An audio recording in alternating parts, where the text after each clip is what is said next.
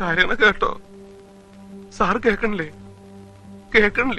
കേൾക്കുന്നുണ്ടായിരുന്നു. വിദ്യാധരന്റെ ഇടറിയ ശബ്ദത്തിന്റെ ആഴത്തിൽ നിന്ന് വന്ന് പ്രതിധ്വനിച്ച മോളെ എന്ന നിലവിളി എല്ലാവരും കേൾക്കുന്നുണ്ടായിരുന്നു. എന്നാൽ എവിടെയാണ് ആ മനസ്സിന്റെ നിലതെറ്റിയതെന്ന്, സത്യവും മിഥ്യയും രണ്ടായി കാണാനാകാതെ അയാൾ കുഴഞ്ഞു വീണതെന്ന് അറിയാതെ മറുപുറമില്ലാത്ത അയാളുടെ സത്യത്തിനു മുന്നിൽ നിസ്സഹായനായി പ്രേക്ഷകനും നിന്നു. ഉത്തരമില്ലാത്ത ആ സങ്കീർണതയുടെ കുഞ്ഞു തുളയിൽ ഭൂതക്കണ്ണാടി വെച്ച് ലോകത്തെ നോക്കി പരാജയപ്പെട്ട വിദ്യാധരന് അവരപ്പോൾ തീർത്തും അപരിചിതരായിരുന്നു. തന്നെ നിയന്ത്രിച്ചിരുന്ന ഘടികാര സൂചികൾ അനുവാദമില്ലാതെ നീങ്ങിയിട്ടും റിപ്പയർ ചെയ്യാനാവാതെ പോയ ഒരുവന്റെ കഥ, തന്റെ നിലനിൽപ്പിനെ റീപ്ലേസ് ചെയ്യുമെന്ന് തോന്നിയ എല്ലാ മാറ്റങ്ങളെയും ആശങ്കയോടെ കണ്ട നാട്ടിൻപുറത്തുകാരന്റെ കഥ, തിരക്കഥാകൃത്തിന്റെ കുപ്പായത്തിനു പുറത്ത് ലെജൻഡറി എന്ന് വിശേഷിപ്പിക്കേണ്ട ഒരു സംവിധായക വേഷം ലോഹിതദാസ് എടുത്തൊണിഞ്ഞപ്പോൾ ലോക സിനിമയ്ക്ക് സമ്മാനിക്കപ്പെട്ട ക്ലാസിക് ഭൂതക്കണ്ണാടി, മലയാളത്തിലെ ഇന്നത്തെ most celebrated director Lijo Jose പെല്ലിശ്ശേരിയുടെ ഏറ്റവും പ്രിയപ്പെട്ട മമ്മൂട്ടി സിനിമ. കുട്ടി വെട്ടി സിനിമകളിൽ നിന്ന് മമ്മൂട്ടിക്ക് തിരിച്ചുവരവ് കൊടുത്ത തനിയാവർത്തനം എഴുതി കടന്നു വന്ന ലോഹിതദാസ് ആദ്യമായി സംവിധാനം ചെയ്ത ചിത്രമാണ് ഭൂതക്കണ്ണാടി. അദ്ദേഹത്തിന്റെ എല്ലാ കഥാപാത്രങ്ങളെയും പോലെ സമൂഹവുമായി ഏറ്റുമുട്ടി തോറ്റ് ആത്മസംഘർഷം അനുഭവിക്കുന്ന മറ്റൊരു ജീവിതത്തെയാണ് ലോഹിതദാസ് ഇവിടെയും സൃഷ്ടിച്ചത്. ആ ജീവിതത്തിലേക്ക് ആവേശിച്ച മമ്മൂട്ടിയെ കഥാപാത്രത്തിൽ നിന്ന് വേർതിരിച്ചെടുക്കാനുള്ള ശ്രമം തന്നെ വിഫലമാണ്. തന്റെ ചലനങ്ങളെയും ശബ്ദത്തെയും വേണ്ട അളവിൽ മിരുക്കിയെടുക്കാനുള്ള മമ്മൂട്ടി എന്ന നടന്റെ വൈഭവം പതിവ് പോലെ പ്രേക്ഷകന്റെ ബോധാബോധങ്ങളെ വരെ മാനിപ്പുലേറ്റ് ചെയ്യാൻ ശേഷിയുള്ളതായിരുന്നു. ഭൂതക്കണ്ണാടിയുടെ അഭാവത്തിലും വിദ്യാധരന്റേത് മാത്രമായ കാഴ്ചകൾക്കായി പരുവപ്പെട്ടെന്ന് തോന്നിക്കും പോലെയാണ് അയാളുടെ കണ്ണുകൾ പലതിലേക്ക് മുറ്റുനോക്കിക്കൊണ്ടിരുന്നത്. പലപ്പോഴും നിശ്ചലമായ ആ നോട്ടം നമുക്ക് നേരെ വെച്ച ഒരു ഭൂതക്കണ്ണാടി പോലെയാണ് അനുഭവപ്പെടുക.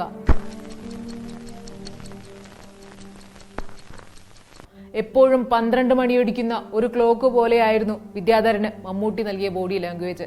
ക്ലോക്കിന്റെ സൂചി അനങ്ങുന്നത് പോലെ സൂക്ഷ്മമായി ചില ഫ്രെയിമുകളിൽ വിദ്യാധരന്റെ കണ്ണുകൾ മാത്രമാണ് ചലിക്കുന്നത്. സൗണ്ട് മോഡുലേഷൻ അനായാസം എന്നോണം നിർവഹിച്ചുകൊണ്ട് ഭൂതക്കണ്ണാടിക്ക് മുൻപും പിൻപും മമ്മൂട്ടി എന്ന നടൻ നമ്മെ അമ്പരപ്പിച്ചിട്ടുണ്ടെങ്കിലും നിസ്സഹായതയും ഭയവും മാത്രം പ്രതിധ്വനിക്കുന്ന, ഒരിക്കൽ പോലും ധീരനാകാൻ കെൽപ്പില്ലാത്ത ഭീരുവിനെ പോലെ ശബ്ദിക്കുന്ന ഒരു നായകനെ ആ കാലഘട്ടം ആദ്യമായി കണ്ടത് ഭൂതക്കണ്ണാടിയിലൂടെ ആയിരിക്കും. ഇന്നും മലയാളിയുടെ അൾട്രാ മാസ്കുലിൻ സങ്കല്പങ്ങളോട് ചേർന്നു പോകുന്ന ആ ഘനഗംഭീര ശബ്ദത്തെ അത്ര ദുർബലമായി കണ്ട മറ്റൊരു സിനിമ ഉണ്ടായിട്ടുണ്ടാവില്ല. വിദ്യാധരനെ പോലെ തന്റെ കൽപ്പനാലോകത്തിന്റെ നിഴൽ മാത്രമായി പോയ ഒരു നായകനും ഉണ്ടായിട്ടുണ്ടാവില്ല. ഒരു വിവാഹവും വൈദവ്യവും പിന്നിട്ട തന്റെ മുൻകാമുകിയോടൊപ്പം ഇടവഴിയിൽ നിൽക്കാൻ അയാൾക്ക് ഇടം വലം നോക്കണം. ചുറ്റുമുള്ള ലോകത്തിന്റെ ആകെ പഴികേട്ടും സരോജം തനിക്ക് വേണ്ടതെന്തെന്ന് പറയാൻ ധൈര്യമുള്ളവളാകുമ്പോൾ മാത്രമേ വിദ്യാധരന് തന്റെ മനസ്സ് തുറക്കാൻ കഴിയുന്നുള്ളൂ. പാമ്പിന്റെ പകയിൽ വിശ്വസിക്കുന്ന ഉള്ളുവത്തിയെ പ്രണയിക്കുന്ന വിദ്യാധരൻ ഒരിക്കലും തന്നിലെ ആ വൈരുദ്ധ്യത്തെ തിരിച്ചറിയുന്നില്ല. ചുറ്റുമുള്ളതിനെയൊക്കെ തന്റെ ഭൂതക്കണ്ണാടി കൊണ്ട് പെരിപ്പിച്ചു കാണുന്ന അയാൾ മറ്റുള്ളവർ കേൾക്കാത്തതൊക്കെ കേൾക്കും, കാണാത്തതൊക്കെ കാണും, എല്ലാത്തിനെയും സംശയിച്ചും ഭയന്നും അസ്വസ്ഥനായിക്കൊണ്ടിരിക്കും. അന്ധവിശ്വാസങ്ങളിൽ പുലരുന്ന ഒരു നാട്ടിൻപുറത്തുകാരനിൽ നിന്ന് കൊലപാതകിയിലേക്കും ജയിൽവാസിയിലേക്കുമുള്ള അയാളുടെ പരിണാമം പോലും ആ ഭയത്തിന്റെ ചെയിൻ റിയാക്ഷൻ മാത്രമാണ്. ഒറ്റപ്പെട്ട ഒരു തുരുത്തായി മാറുന്ന അയാൾക്ക് സ്വന്തം വീടിന്റെ ഉമ്മറപ്പടിയും ജയിൽ വരാന്തയും രണ്ടായി അനുഭവപ്പെടുന്നുണ്ടോ എന്ന് പോലും സംശയമാണ്. അയാൾക്ക് പോവാൻ എണ്ണപ്പെട്ട ഇടങ്ങൾ മാത്രം കൊടുത്ത ലോഹിതദാസിനെയും ആ വഴി മാത്രം സഞ്ചരിച്ച മമ്മൂട്ടിയെയും ഇവിടെ അഭിനന്ദിച്ചേ തീരൂ.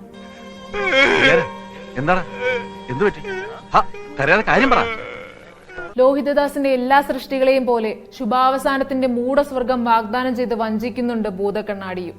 അഴികളുടെ നിഴലില്ലാതെ വിദ്യാധരന്റെ ജയിൽമുറിയിൽ വെളിച്ചം വീഴുന്ന ഒരു രംഗമുണ്ട്. എന്നാൽ അടുത്ത നിമിഷം പ്രേക്ഷകനെ ഉണർത്തുന്ന സംവിധായകൻ വിദ്യാധരന്റെ യാഥാർത്ഥ്യത്തിൽ നിന്ന് അവരെ പിടിച്ചു മാറ്റുന്നുമുണ്ട്.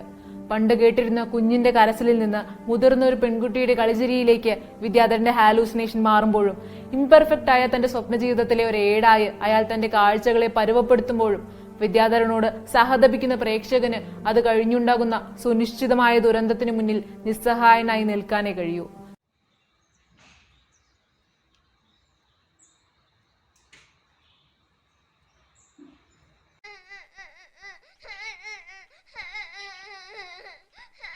എന്റെ മോളെ ഒരു ഉറുമ്പ് അടിക്കുന്ന വേദന ഉണ്ടാവും.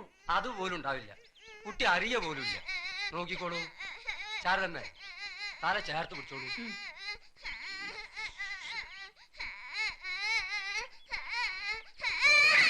ഈ കുട്ടി എല്ലാറ്റിനും ഒരു സമയമുണ്ട്. വയസ്സ് 7 ആയപ്പോഴാ കരയില്ലേ? കഴിഞ്ഞു. ഇത്രേ ഉള്ളൂ. ഇപ്പോഴോ വേദന എടുത്തോ കുട്ടിക്ക്?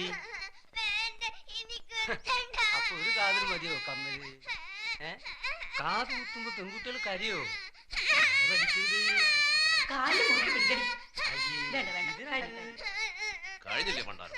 എപ്പോഴേ കഴിഞ്ഞു?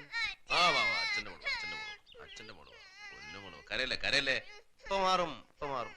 പൊന്നിന്റെ കമ്മലിടുമ്പോ അച്ഛന്റെ മോള് സുന്ദരി കുട്ടിയാവെന്നറിയോ? കരയല്ലേ പൊന്നു, അച്ഛന് സഹിക്കണില്ല.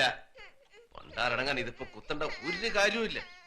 ഈ കരച്ചില് കാണാണ്ടിരിക്കാൻ വേണ്ടി എത്ര നാളും വേണ്ട വേണ്ടാന്ന് വെച്ചത്. കരയല്ലേ മോളെ, കരയല്ലേ കരയല്ലേ കരയല്ലേ. എന്റെ മണി ഇതിപ്പോ ഞങ്ങൾ ആരെങ്കിലും നിർബന്ധിച്ചോ? ഏടത്തി മിണ്ടാണ്ടിരിക്കണ്ടോ? എനിക്കിടെ ആകപ്പാടെ കൊഞ്ചിക്കൽ ഇത്തിരി കൂടുതലാ. പെൺകുട്ടിയാ, നിലത്ത് നിർത്തി പഠിപ്പിക്കേ. കാത് കുത്തുമ്പോ കുട്ടികളൊന്ന് കാര്യം. അതിന് ഇത്ര ആദ്യം വേണോ വിചാര? നാളെ തന്നെ പോവാൻ നോക്ക്.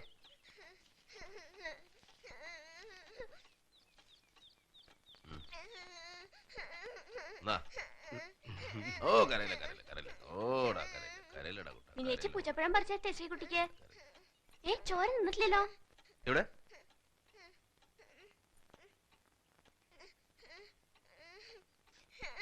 നാളെ തട്ടേ ഇത് ചോര നിൽക്കണില്ലല്ലോ.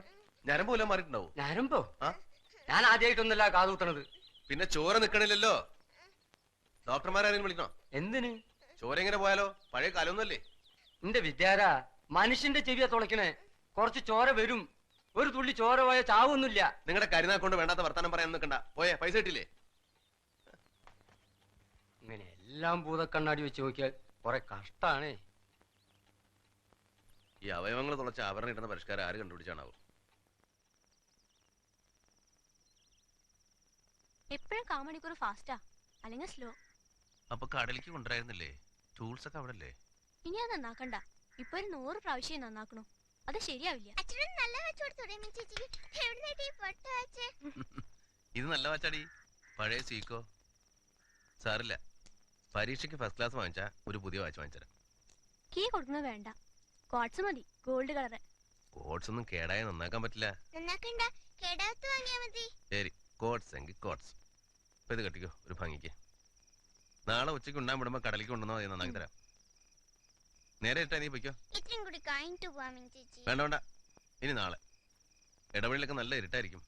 ഇവിടെ ഒരു മെഴുകുതിരി ഉണ്ടായിരുന്നല്ലോ. എനിക്ക് മെഴുകുതിരൊന്നും വേണ്ട. ഇത്തിരി വെളിച്ചുണ്ടായാലും എന്താ കുഴപ്പം? ഏഴജാതിയിലുണ്ടാവും ഇടവഴിയിലേ. പോട്ടെ. സൂക്ഷിച്ചു പോയാൽ മതിട്ടോ.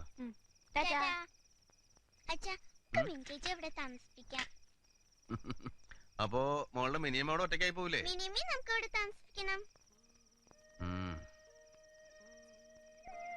വരട്ടെ, നമുക്ക് ആലോചിക്കാം. നല്ല അച്ഛൻ. അപ്പൊ ഞാനും മിനിച്ചേച്ചിയും അച്ഛനും മിനിയമ്മയും നമ്മളെല്ലാരും കൂടി ഇവിടെ എന്ത് രസമായിരിക്കും.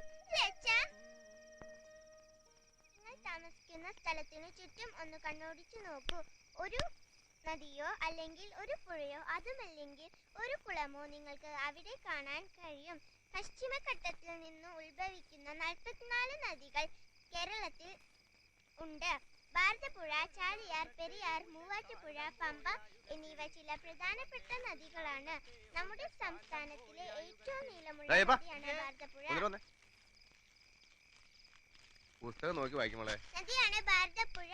ധാരാളം നദികളുള്ള സംസ്ഥാനമാണ് കേരളം. നിങ്ങൾ താമസിക്കുന്ന സ്ഥലത്തിനു ചുറ്റും ഒന്ന് നീ ഇടവഴിയാണോ? അതെ. നദിയോ അല്ലെങ്കിൽ അവിടെ വീട്ടില് മീനിക്കുട്ടിയെ കണ്ടോ? ഇല്ല. എന്തേ? അവിടെ വേറെ ആരെങ്കിലും ഉണ്ടോ? ഞാൻ നോക്കിയില്ല. എന്തേ പോയി നോക്കണോ? വേണ. മണിയേട്ട മിനിയോ അങ്ങോട്ട് വന്നല്ലോ. എപ്പോ? വിളക്ക് വെച്ചോടനെ ഞാൻ അവിടെ പറഞ്ഞു വിട്ടല്ലോ. എന്റെ ഈശ്വര, എന്നിട്ട് അങ്ങോട്ട് എത്തിയില്ലല്ലോ. എത്തിയില്ലേ? പിന്നെ എങ്ങോട്ടാ പോയേ? ഞാൻ വിചാരിച്ചു ഇവിടെ ശ്രീകുട്ടിയായിട്ട് വല്ല കഥയും പറഞ്ഞിരിക്കണ്ടാവുന്ന്. ഞാൻ എവിടെ പോയി അന്വേഷിക്കും? സരോജം, അവളാ വാര്യത്തോ മോമാരുടെ വീട്ടിലോ പോയിട്ടുണ്ടാവും. വല്ല പുസ്തകം വാങ്ങിക്കാനോ അല്ലെങ്കിൽ. എനിക്കറിയില്ല എന്റെ ഈശ്വര. സരോജം, നീ വിഷമിക്കാണ്ടിരിക്കേ. അവളിപ്പോ വീട്ടിലെത്തിണ്ടാവും. അങ്ങനെയൊന്നും എന്നോട് പറയാണ്ട് എങ്ങോട്ട് പോവില്ല അവള്. നീ കരയാണ്ടിരിക്കേ. ആരാടാ? ഗോപയാണോടാ? അല്ല, കബീറ. ആ കബീറ വന്നവിടെ നിന്നാ. സരോജനയുടെ മോള് ഇതുവരെ വീട്ടിലെത്തിയിട്ടില്ല. സന്ധ്യയ്ക്ക് മുമ്പ് ഇവിടെ നിന്ന് പോയതാ. എങ്ങനെ പോയ? അതറിയാമെങ്കിൽ പിന്നെ നീ ഇവിടെ അയ്യപ്പനോടും ആ ശാന്തിയോടും ഒന്ന് വേഗം വരാൻ പറയും. അല്ല വിദ്യാര, ഇനിയിപ്പോ വല്ല പ്രേമങ്ങാനും ഉണ്ടായിരുന്നു? അല്ല ഇപ്പോഴത്തെ കാലം. ഒന്ന് പോടോ. കാലം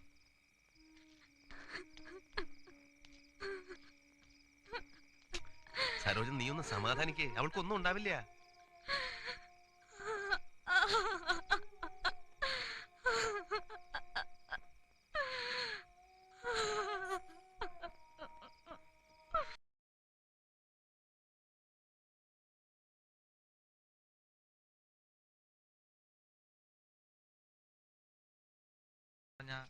അത് വിശ്വസിക്കാൻ പറ്റില്ല.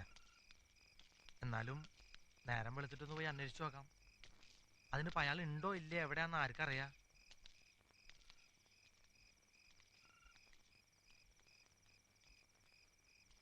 എന്തെങ്കിലും വിവരം കിട്ടിയോ? എവിടെ? സരോജിനിയോ? വീട്ടിലേക്ക് പോയി. ഒറ്റയ്ക്കാ? നമ്മുടെ കാർത്തിയാനിയും മൊയ്മദാരിയുടെ ഉമ്മയൊക്കെ കൂടെയുണ്ട്. അവളുടെ നിലവിളി കണ്ടിട്ട് സഹിക്കണില്ല. ഇനിയിപ്പോ തിരക്കാൻ ഒരിടമില്ല. എനിക്ക് തോന്നുന്നത് ഒന്നാലും അവള് സ്വന്തം ഇഷ്ടത്തിന് എവിടെയെങ്കിലും പോയി, അല്ലെങ്കിൽ എന്തെങ്കിലും അപകടത്തിൽപ്പെട്ട്. മണിയേട്ടാ, നിങ്ങൾ ഈ പറഞ്ഞ പോലെ അവൾക്കൊന്നും പറ്റിയിട്ടുണ്ടാവില്ല. മണിയേട്ടൻ പോയിന്ന് കിടന്നേൻ. ഒന്ന് കണ്ണടയ്ക്കുമ്പോഴേക്കും നേരം വെളുക്കും. പിന്നെ അവൾ എവിടെ ഉണ്ടെങ്കിലും നമ്മൾ കണ്ടുപിടിക്കും.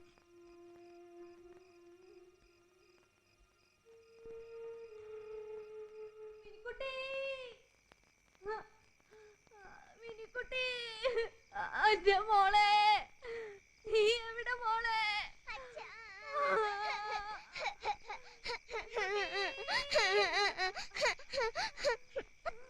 മോളെ, നീ ഇങ്ങനെ വിഷമിക്കാതെ ഒന്ന് വരട്ടാ. നീ വാ മോളെ.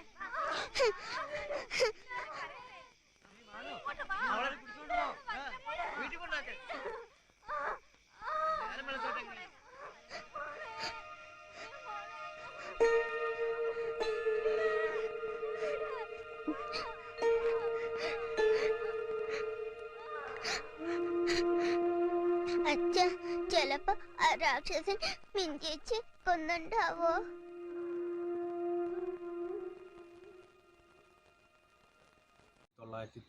ിൽ ലോഹിതദാസ് നിർമ്മിച്ച് സംവിധാനം ചെയ്ത് മമ്മൂട്ടി നായകനായ ഭൂതക്കണ്ണാടി എന്ന സിനിമയുടെ ലൊക്കേഷനിലാണ് നമ്മളിപ്പോൾ ഉള്ളത്. ഈ സിനിമയ്ക്ക് ലോഹിതദാസിന് അന്നത്തെ നവാഗത സംവിധായകനുള്ള കേരള സംസ്ഥാന സർക്കാരിൻ്റെ അവാർഡും അതുപോലെ തന്നെ നാഷണൽ അവാർഡും കിട്ടിയിട്ടുണ്ട്. ഈ സിനിമയിൽ വളരെയധികം ഒരു വളരെയധികം സ്ലോ സിനിമയായിട്ടാണ് കാണിക്കുന്നത്. ലോഹിതദാസിൻ്റെ ആദ്യത്തെ സംവിധാനം ചെയ്ത സിനിമയാണ് ഭൂതക്കണ്ണാടി.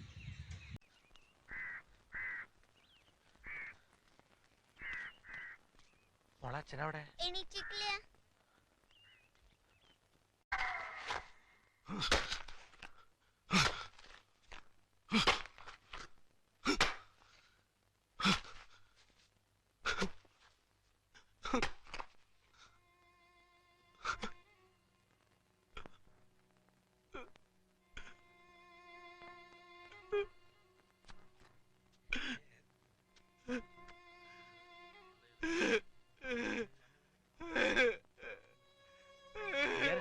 എന്താണ്?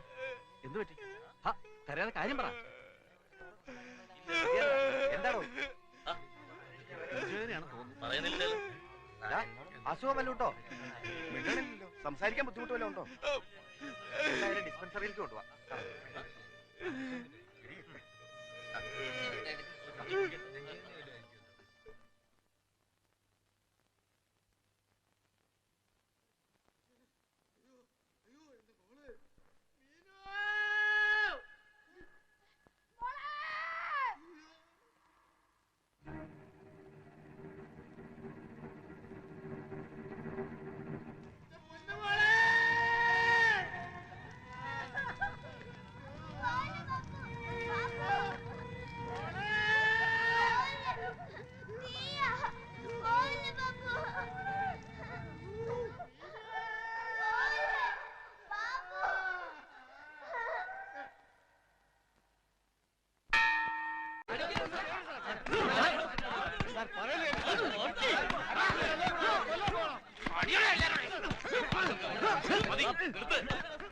നിർത്താനല്ലേ പറഞ്ഞത്?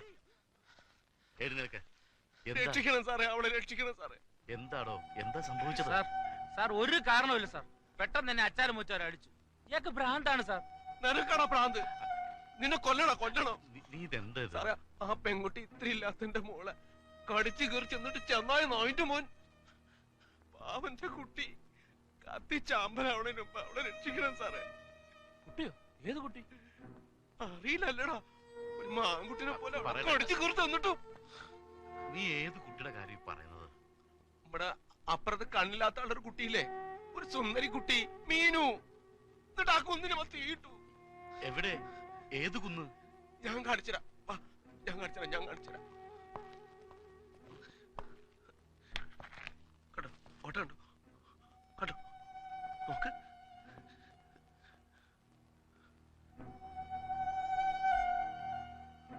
പാവം, അയാള് കരയ. ഒരു കരച്ചിൽ കേൾക്കണില്ലേ സാറ്? നോക്ക്. എന്താ സാറേ ഒന്നും മിണ്ടാത്തെ? ഇപ്പൊ കത്തിത്തീരും, രക്ഷിക്കണം സാറേ. സാർ നോക്ക്, ശരിക്കും കാണണമെങ്കിൽ എന്റെ ഐലൻസ് വെച്ച് എവിടെയാ അത്? അതെവിടെയോ വീണു പോയല്ലോ. അതെവിടെയോ പോയി. എന്റെ ലെൻസ് എടുത്തിട്ട് വരാൻ പറയും സാറേ. എന്താ എല്ലാരും മേടിച്ചു നിൽക്കണേ? പോയി ലെൻസ് എടുത്തിട്ട് വാ, എന്നിട്ട് കാണാ രസമുള്ള കാഴ്ച. എല്ലാരും കാണുക. പാവം, കാര്യങ്ങൾ കേട്ടോ സാറ്? കേൾക്കണില്ലേ? കേൾക്കുന്നുണ്ട്. ഇനി കാണണം. നോക്ക്,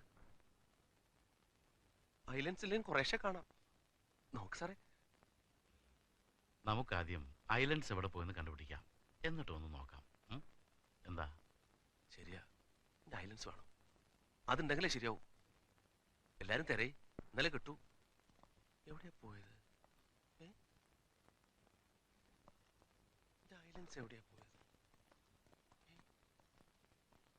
ഐലൻഡ്സ് കണ്ടോ? ഐലൻഡ്സ് കണ്ടോ?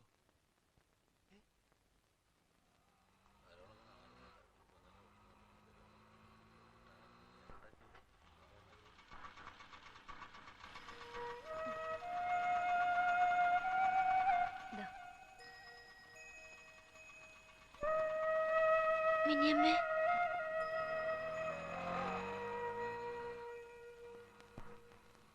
ഇനി എന്റെ കുട്ടിയുടെ പേടി മാറിയില്ലേ?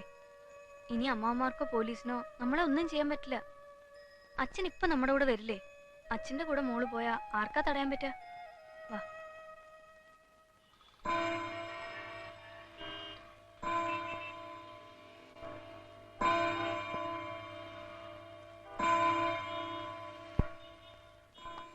ഒരുതരം സ്കീസോഫ്രീനിയ തന്നെയാ.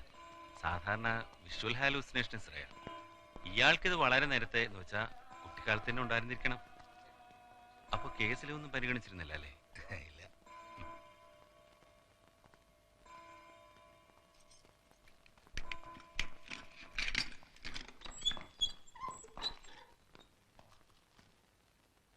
വിദ്യാധരൻ നായർ, വീട്ടിൽ പോണ്ടേ? കൊണ്ടുപോകാൻ ആരൊക്കെ വന്നിരിക്കുന്നു നോക്കിയേ.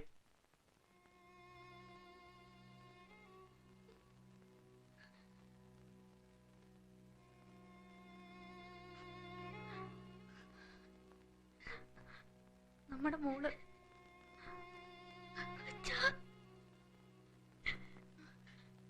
മനസ്സിലായില്ലേ? ശ്രീകുട്ടി എന്നോട് മോളെയും കൂട്ടി വരാൻ പറഞ്ഞിട്ട്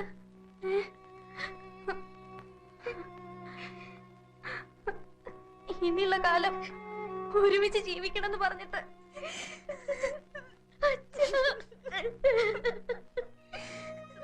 ആരാ?